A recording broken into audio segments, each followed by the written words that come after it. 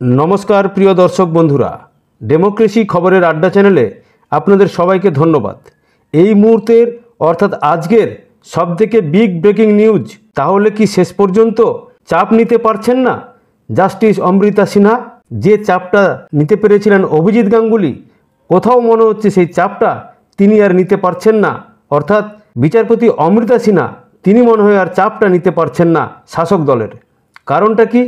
কারণ ভোট পরবর্তী হিংসায় আক্রান্তদের নিয়ে রাজভবনের সামনে ধর্ণা দিতে চেয়েছিলেন বিরোধী দলের দলনেতা শুভেন্দু অধিকারী। তার আর্জি নিয়ে কলকাতা হাইকোর্টে একটি মামলা দায়ের হয়েছিল এবং শুনানি শুরু হয়েছিল। ভোট পরবর্তী হিংসায় আক্রান্তদের নিয়ে রাজভবনের সামনে ধর্ণা দেওয়ার প্রস্তুতি চালাচ্ছিলেন। এই আর্জি নিয়ে কলকাতা হাইকোর্টের দ্বারস্থ হয়েছিলেন রাজ্যের বিরোধী দলনেতা। তবে সেই শুনানি হওয়ার সময় আদালতে সংশ্লিষ্ট মামলার আবেদনে একটি মন্তব্য করেন বিচারপতি অমৃতা সিনহা। তিনি জানতে চান রাজভবন ছাড়া অন্য কোথাও কেন ধর্ণা দেওয়া যাচ্ছে না, যার প্রেক্ষিতে মামলাকারী জানান ভোট পরবর্তী হিংসায় নির্যাতিতদের নৈতিক সমর্থন দেওয়ার জন্যই তারা রাজভবনকে বেছে নিয়েছিলেন। পাল্টা ধর্ণার জন্য বিকল্প জায়গা ঠিক করতে বলে বিচারপতি অমৃতা সিনহার মন্তব্য, শাসক দলের নেতা যেখানে কর্মসূচি করেছেন তা বলে আপনারাও সেখানে করবেন, এটা কি কোনো যুক্তি হলো? সমাজ মাধ্যমে কলকাতা পুলিশের নিরপেক্ষতা নিয়ে প্রশ্ন তুলে দিয়েছেন শুভেন্দু অধিকারী। সেখানে তিনি টেনে এনেছেন অভিষেকের প্রসঙ্গ।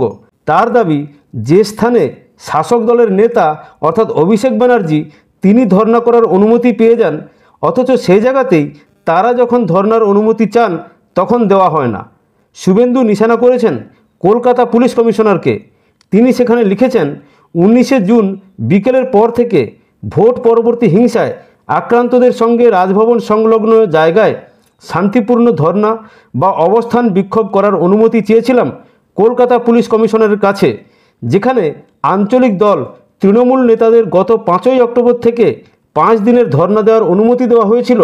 তারপরে গত 13ই জুন তিনি অর্থাৎ শুভেন্দু অধিকারী প্রথম ইমেল পাঠিয়েছিলেন, কিন্তু কোনো প্রতিক্রিয়া না পেয়ে 16ই জুন রিমাইন্ডার পাঠিয়েছিলেন। তারপর শুভেন্দু অধিকারী বলেন প্রশাসনের তরফ থেকে তাকে একটি বিকল্প জায়গার শর্তাধীন প্রস্তাব দেওয়া হয়েছে। এটা একেবারেই পক্ষপাতদুষ্ট। তাছাড়া দেশের দুটো রাজনৈতিক দলের জন্য দুরকম কেন নিয়ম? আর এরপরেই বিচারপতি অমৃতা সিনহা সব কিছু শুনে বলেন, আপনারা সেখানেই আবেদন জানিয়েছেন ঠিক যেখানে তৃণমূল কংগ্রেস ধর্ণা কর্মসূচি করেছিল।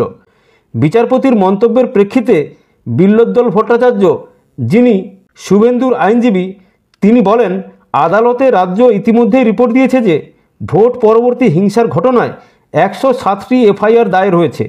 ফলে আক্রান্তদের পাশে দাঁড়ানোর জন্যই তারা রাজভবনটাকে বেছে নিয়েছেন। এবং তিনি আরও বলেছেন, যদি ওই এলাকায় 144 ধারা জারি থাকে তাহলে কেন একটি দলকে অনুমতি দেওয়া হবে অথচ অন্য আরেকটি রাজনৈতিক দলকে অনুমতি দেওয়া হবে না? আমরা শান্তিপূর্ণ অবস্থান করার পক্ষে, ফলে আমাদের অনুমোদন দেওয়া হোক, অর্থাৎ বিজেপি দলকে অনুমোদন দেওয়া হোক। এদিন রাজ্যের অ্যাডভোকেট জেনারেল কিশোর দত্ত তিনি সওয়াল করেন জয়েন্ট কমিশনার প্রশাসনিক কারণেই অনুমতি দেননি, কিন্তু যে ভাষায় বিরোধী দলনেতা শুভেন্দু অধিকারী আবেদন করেছিলেন সেটি সঠিক আবেদনপত্র হতে পারে না। ডেপুটি কমিশনারকে লেখা আবেদনে জোর ফলানোর ভাষা ব্যবহার করা হয়েছে। এজির কথায় কলকাতা পুলিশ কমিশনারকে পাঠানো শুভেন্দুর অনুমতিপত্রে লেখা হয়েছে, আপনি রাজ্যের শাসক দলকে অনুমতি দিয়েছিলেন, আমরা সর্বভারতীয় দল, তাই আমাদেরকেও 19শে জুন কর্মসূচি পালন করার অনুমতি দিতে হবে। পাল্টা এজির উদ্দেশ্যে তখন প্রশ্ন তোলেন বিচারপতি অমৃতা সিনহা। তিনি বলেন, কাউকে অন্যায়ভাবে একতরফা সুযোগ দিলে প্রশ্ন তো উঠবেই, বিশেষত যেখানে শাসক দলকেই সুযোগ দেওয়া হয়েছিল, তাহলে সেখানে বিরোধীরা কেন সুযোগ পাবে না? শাসক দল যখন এই সভা করেছিল তখন আপনারা কোনো কারো বিরুদ্ধে ব্যবস্থা নিয়েছিলেন? তখন উত্তরে এজি কিশোর দত্ত জানান তিনি এই ব্যাপারে খোঁজখবর নিয়ে আদালতকে জানাতে পারবেন। শুধু তাই নয়, এজি আরও বলেন 13ই জুন যখন বিরোধী দলনেতা আবেদন করেছিলেন সেই সময়ের তুলনায় রাজ্যের পরিস্থিতি এখন অনেকটাই বদলেছে। রাজ্যপাল নিজেও বহু জায়গায় পরিদর্শন করেছেন। বিরোধী দলনেতা যদি একান্তই ধর্নায় বসতে চান তাহলে রাজভবনের বদলে ধর্মতলা ওয়াই চ্যানেল রয়েছে 200 মিটার দূরেই, সেখানেও তো কর্মসূচি করা যেতে পারে। এজির বক্তব্যের পরিপ্রেক্ষিতে বিচারপতি অমৃতা সিনহা শুভেন্দু অধিকারীর আইনজীবী বিল্লোদ্দল ভট্টাচার্যের কাছে জানতে চান, কেন আপনারা রাজভবনের সামনেই ধর্নায় বসতে চান? আজকে আপনারা করবেন, আগামীকাল আর একটি রাজনৈতিক দল এসে আবেদন জানাবে। তখন বিল্লোদ্দল ভট্টাচার্য বলেন, রাজ্যপাল রাজ্যের সাংবিধানিক প্রধান। যেভাবে গোটা রাজ্যে বিরোধী কর্মী সমর্থকরা আক্রান্ত, তা রাজ্যের সাংবিধানিক প্রধানকে জানাতেই এই কর্মসূচি নেওয়া হয়েছে। রাজ্যের অ্যাডভোকেট জেনারেলের কাছে বিচারপতি আরও জানতে চান, রাজভবনের সামনে 144 ধারা থাকা সত্ত্বেও কিভাবে শাসক দল গত বছর 5ই অক্টোবর থেকে 5 দিন টানা ধর্না কর্মসূচি করেছিল। সেই ঘটনায় শাসক দলের কর্মী সমর্থকদের বিরুদ্ধে কী ব্যবস্থা নেওয়া হয়েছিল।